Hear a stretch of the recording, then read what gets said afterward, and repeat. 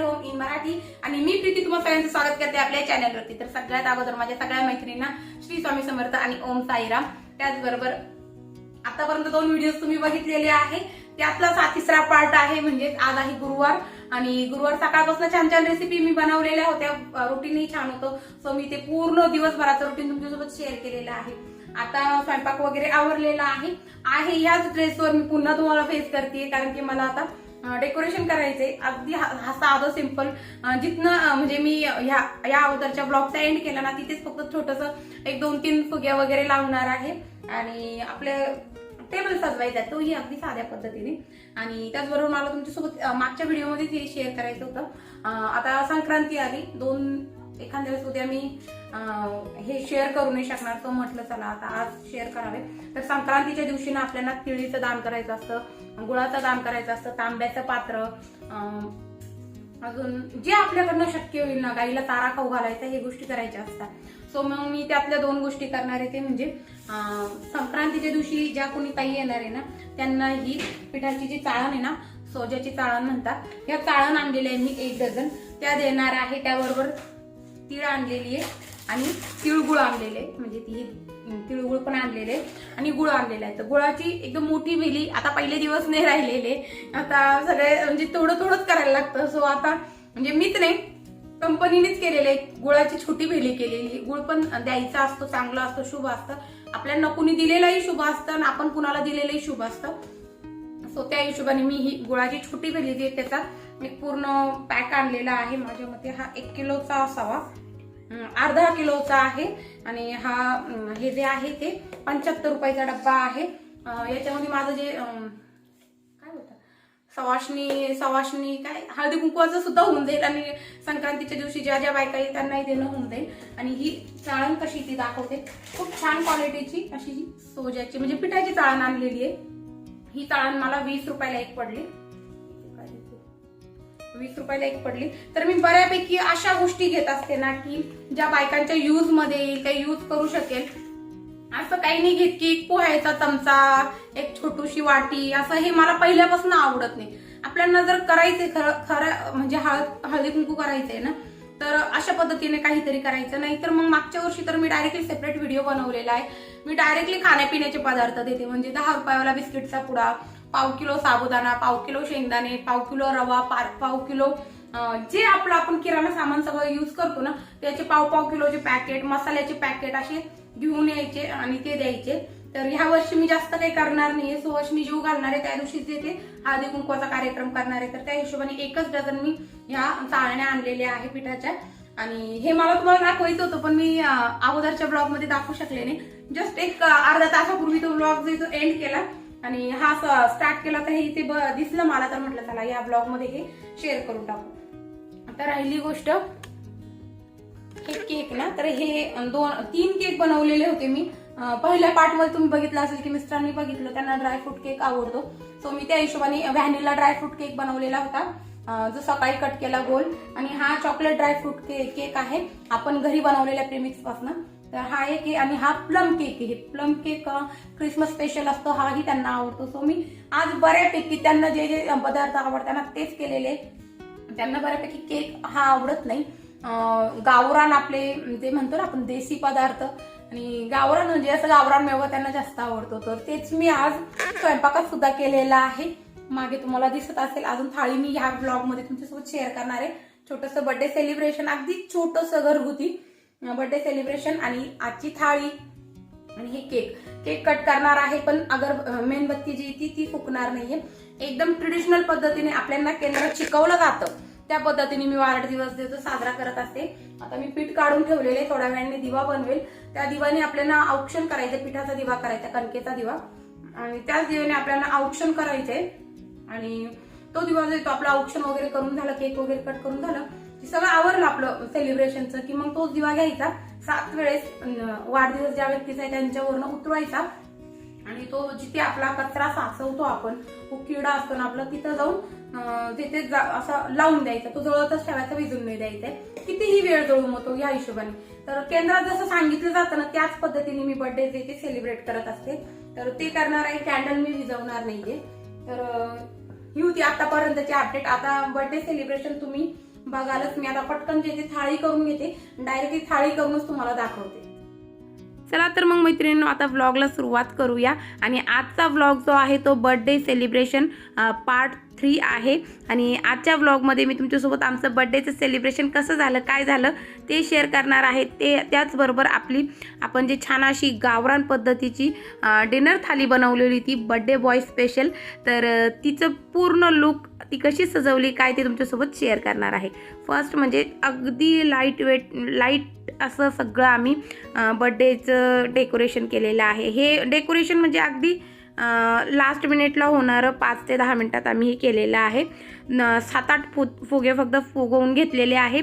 पूर्ण फुग्यांचा मी जवळजवळ 600 रुपयाचा सेट मागवलेला होता, पण साहेबांना आमच्या अजिबात ह्या काही गोष्टी आवडत नाही. सो मग थोडंसं त्यांची मर्जी राखून त्यांच्या पद्धतीने असं थोडं मी हे केलेलं आहे. म्हणजे मला बघा, मुलांचीही मर्जी राखायची होती आणि ह्यांचीही मर्जी राखायची होती. ह्यांना ह्या गोष्टी आवडत नाही आणि मुलांना प्रचंड ह्या गोष्टी आवडतात. तर त्यामुळे मग मी दोन्हीही गोष्टींचा ताळमेळ साधून आणि बर्थडे सेलिब्रेट कसा करायचा त्यात माझी बरीचशी धावपळ उडाली आणि खूप थकलेली होते. तर तरीसुद्धा मी जे ते म्हटलं नाही, आपलं बर्थडे सेलिब्रेशन जे ते छान झालंच पाहिजे. तर मी ते 7-8 फुगे फुगवलेले ते 3-3च्या बंचमध्ये बांधलेले. सगळी डायरेक्शन जे ते जे त्याचं मॅन्युअल येतं त्या फुग्यांचं त्याच्यावर असते. त्या पद्धतीने जो भिंतींचे कलर निघून नाही आहेत त्यासाठीचा जो टेप असतो ना, त्या टेपनी हे फुगे चिकटवून घेतले टेबलला आणि वॉलवरतीही. त्यानंतर केक ठेवून घेतले प्लेटमध्ये आणि औक्षणची थाळी जी ती सजवून घेतलेली. मी सांगितल्याप्रमाणे मी केंद्रातल्या पद्धतीने जे ते औक्षण करत असते, तर आम्ही कॅन्डल वगैरे जाळलेली नाही आहे. मुलांनी हे फुलं वगैरे, त्यानंतर बलून्समध्ये फुलं टाकणं हे सगळं मुलांनी केलेलं आहे. त्यानंतर इथे साहेबांची एंट्री झालेली आहे आणि यांचं फक्त एकच चालू होतं, माझ्या शेजारी बसा, माझ्या शेजारी बसा, माझ्या शेजारी बसा. तेही मम्मी पप्पांना, म्हणजे मलाही बोलत होते, पण आई वडील आलेले होते. आणि खरं सांगायचं ना तर ह्यांचं जे ते ह्यांच्या आईवडिलांमध्ये खूप जीव आहे. ते आले ना तर यांना इतकं असं होतं ना की काय करून काही नाही. आता हे दोघांना जे ते आमच्या मोठ्या भाऊजींचं घर सुटत नाही. आम्ही किती बोलतो की इकडे या राहा, पण यांना अजिबात म्हणजे ते तिकडंच राहता. आता हे घरही त्यांचंच आहे आणि ते घरही त्यांचंच आहे, पण का कुणास ठाऊक यांना काही समजत नाही ह्या गोष्टी, किंवा समजत नाही म्हणण्यापेक्षा त्यांचा असेल काही प्रॉब्लेम. सो ते इकडे येत नाही. आणि आम्ही असं थोडंसं मोकळ्या विचारांचे आम्ही सगळे असं सेलिब्रेशन वगैरे एकदम व्यवस्थित करतो.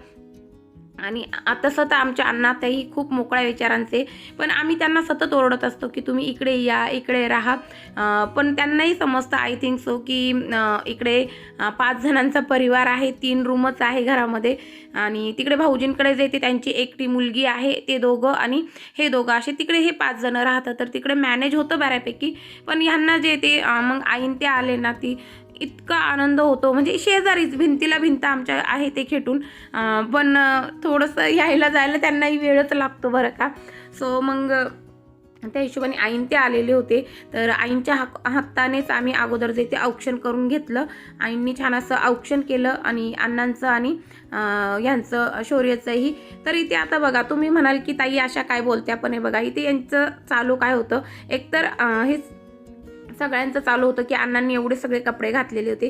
होती थंडी, थोडीफार पाऊस पडलेला होता. आमचे अण्णा जे ते थोडे जास्तच हेल्थ कॉन्शियस आहे. सो त्यामुळे ते लगेचच सगळं पॅक होऊन जातं. पायाच्या नखापासून तर हाताच्या नखापर्यंत तर केसाच्या टोकापर्यंत पूर्ण पॅक होऊन जातात. तर आत्याही त्यांना तेच म्हणत होत्या आणि आम्ही तेच म्हणत होतो. पण शेवटी तनिष्काने त्यांचं अंगावर ओढून काढलं, काही आत्यांनी ओढून काढले कपडे, म्हणजे टोपी वगैरे. आणि त्यानंतर त्यांना बायकोने ओवाळलेलं चालत नव्हतं, म्हणजे आमच्या आईंनी. त्यांनाही आम्ही बळजबरी ओवाळायला लावलं आत्यांना, अण्णांना. त्यानंतर गूळ खायचा नव्हतं त्यांना. आम्ही जसं की हेल्थ कॉन्शियस या हिशोबाने साखर अजिबातच खात नाही आम्ही. तर मी गूळ ठेवलेला होता. तर त्यांनी गूळ, म्हणजे त्यांनी ना केक खाल्ला ना गूळ, त्यांनी तोंडात टाकलेला, तोंडातून बाहेर टाकून दिला, थुकून दिला. तर एकदम म्हणजे असं नाही आवडत त्यांना काही गोष्टी गावरान पद्धतीने. आणि जे त्यांच्या जमान्यात ज्या गोष्टी होत्या ना, ते त्यातच जास्त राहतात. त्या नवीन विचार ते घेतच नाही. घेतले बी तर मग फक्त असतात ना मुलींकडचं, जावयांकडचं, मुलींच्या मुलींकडचं, तिकडचं जास्त ते ह्या गोष्टी त्यांना बऱ्या आवडतात. चांगलं वाटतं. आपण इकडे काही केलेलं, मग ते आमचे मोठे भाऊजी असो किंवा आम्ही असो, काही केलेलं नाही चालत आहे. शेवटी माझी मुलगी, माझा जावई हे असतं. बऱ्याचशा ताई जे ते माझ्या या गोष्टीशी ॲग्री करतील. तर या गोष्टी चालू होत्या, मस्ती चालू होती. आणि तुम्हाला खरं सांगू ना, तर अजिबात आमच्या घरामध्ये कोणीच या गोष्टी मानत नाही. आणि अगदी तोंडावर म्हणतो, तुम्हाला ना आमचं नाही चालणार, ताईंचं चालेल, भाऊंचं चालेल, असं आम्ही बोलत असतो. तर मोकळ्या विचाराची म्हणजे बोलतो आम्ही सगळे मोकळे. आणि असे खाष्ट सासू सासरे नाही आहे, पण हो ते त्यांच्या विचारात राहायलाच जास्त महत्त्व देतात. तर मग आम्ही सगळ्यात अगोदर जे ते आत्यांना औक्षण करायला लावलं, त्यानंतर मग मी केलं, माझ्यानंतर अनुष्काने केलं, मग तनिष्काने केलं, 4 बायकांनी त्यांचं औक्षण केलं. त्यानंतर आम्ही जे ते बड्डे सेलिब्रेट केला. केक कट केला आणि फुलं वगैरे टाकले. तुम्ही ते बघितले, फॅनवरती फुलं ठेवलेले होते. आणि अगेन यांची मस्ती चालूच आहे नॉनस्टॉप. तनिष्का आणि तिच्या बाबाचं काही ना काही चालू होतं, कारण अण्णा नाहीच बर्थडेला नाही यायचं, कपडे हे चेंज करून दुसरे नाही घालायचे, केक नाही खायचा, गुळ नाही खायचा, हे नाही करायचं, म्हणजे नकार घंटा त्यांची चालू होती. आणि आत्या आणि तनिष्का जे ती त्यांच्या मग तेच मागं लागलेले होते. सो आम्ही सगळं हे बाजूला सारत छान असा मस्त मिस्टरांचा बर्थडे सेलिब्रेट केला. सगळ्यांनी एकमेकाला केक भरवला. पण शिपारत असेल का आमच्या आईंनी आणि अण्णांनी केक खाल्ला बघा. आता हे इथे पुन्हा एक चालू झालं. नाही, ते खाणारच नाही, ते फक्त बघा कसं तोंड करते बघा, आणि खात नाही. आणि हेच नाही तर एकमेकांचं उष्ट, म्हणजे अण्णा आणि आत्या एकमेकांचं उष्टसुद्धा खात नाही. तुम्ही जर समोर असते ना, तर तुम्हाला कळालं असतं की हे किती म्हणजे यांचे छुटपुट भांडणं चालू असतात. आम्ही तर काही हसत होतो, काही बर्थडे सेलिब्रेट करत होतो. या पद्धतीने आमचं बर्थडे सेलिब्रेट चालू होता. बर्थडे सेलिब्रेशन छान झालं आणि मी तर पूर्ण उत्साहात होते. मला फुल ऑन एनर्जीमध्ये मी बर्थडे सेलिब्रेट करत होते. आणि आता माझ्या मिस्टरांचं चालू झालेलं आहे, तू ये बस. मग आम्ही सगळ्यांनी फोटो घेतले, काही सेल्फीज घेतल्या. आणि पुन्हा इथं यांचं बघा, हे संपतच नव्हतं. आता मी बोलले तर ते थोडं हे वाटेल, पण ॲक्च्युली हे अजिबात यांचं जमतच नव्हतं. ते टॉम अँड जेरी ना त्यांच्यासारखं यांचं चालू होतं. पण खरं सांगते, अण्णा आत्यांना त्यांनी ना आमच्या अजिबात केक खाल्ला नाही. थुकून दिला त्यांनी, पण केक खाल्ला नाही. त्यांना केक वगैरे ह्या गोष्टी खायला अजिबात आवडत नाही. सो आम्ही मग आमचं 2 केक कटिंग करून झाले. आणि त्यानंतर काय सॉन्ग, यांच्या आवडीचे जे सॉन्ग होते ते 2 सॉन्ग लावले. तेही आवडत नव्हते अण्णा आत्यान त्यांना, पण तरी आवाज कमी ठेवून त्यांनी ऐकलं. आणि मी तर पूर्ण इग्नोर करत होते. म्हटलं नाही, आपण आपलं सेलिब्रेशन करायचं. त्यानंतर मग यांनी आईन त्यांचं दर्शन घेतलं. आणि आज मी सुद्धा यांचं दर्शन घेतलेलं नव्हतं. मी रोज यांच्या पाया पडत असते, तर उशीर झाला, त्यामुळे मग मी ह्या वेळेला त्यांचं दर्शन घेतलं. नेहमी आईचं शौर्य बघत असतो, मुली बघत असतात, तर मुलींनीही सगळ्यांचं दर्शन घेतलं. आणि त्यानंतर आता इथे बघा आपली मस्त महाराजा शाही थाळी तयार झालेली आहे. शाही नाही म्हणता येणार, मस्त गावरान थाळी तयार झालेली, काय बोलता येईल आपल्याला, गावच्या राजाची थाळी तयार झालेली आहे. टोटल मी 25 पदार्थ बनवलेले होते यांच्या बड्डेसाठी. 3 केक इन्क्लूड करून, त्याचबरोबर सकाळच्या रेसिपीज इन्क्लूड करून पूर्ण 25 ते 26 पदार्थ मी बनवले होते. आणि खूप छान सगळ्या रेसिपीज ज्या त्या खूप छान झाल्या होत्या, टेस्टी झाल्या होत्या आणि गावरान पद्धतीने बनवलेल्या होत्या. तर हे होतं आमचं बड्डे सेलिब्रेशन. खूप छान मस्त असं बड्डे सेलिब्रेशन झालं. बड्डे सेलिब्रेशन झालं आणि लगेच क्विक दुसऱ्या क्षणाला अण्णा जे ते शेजारी निघून गेले. आई कशा बशा 5-1 मिनटं बसलेल्या होत्या. यांना 2-3 घास खाऊस तर तरी यांचं चालू होतं, आई तू वरती बैस, बघा चालूच होतं. पण दोघांनी काही ऐकलं नाही, त्यांच्या पद्धतीनेच ते चालू होतं. तर असा होता आमचा बड्डे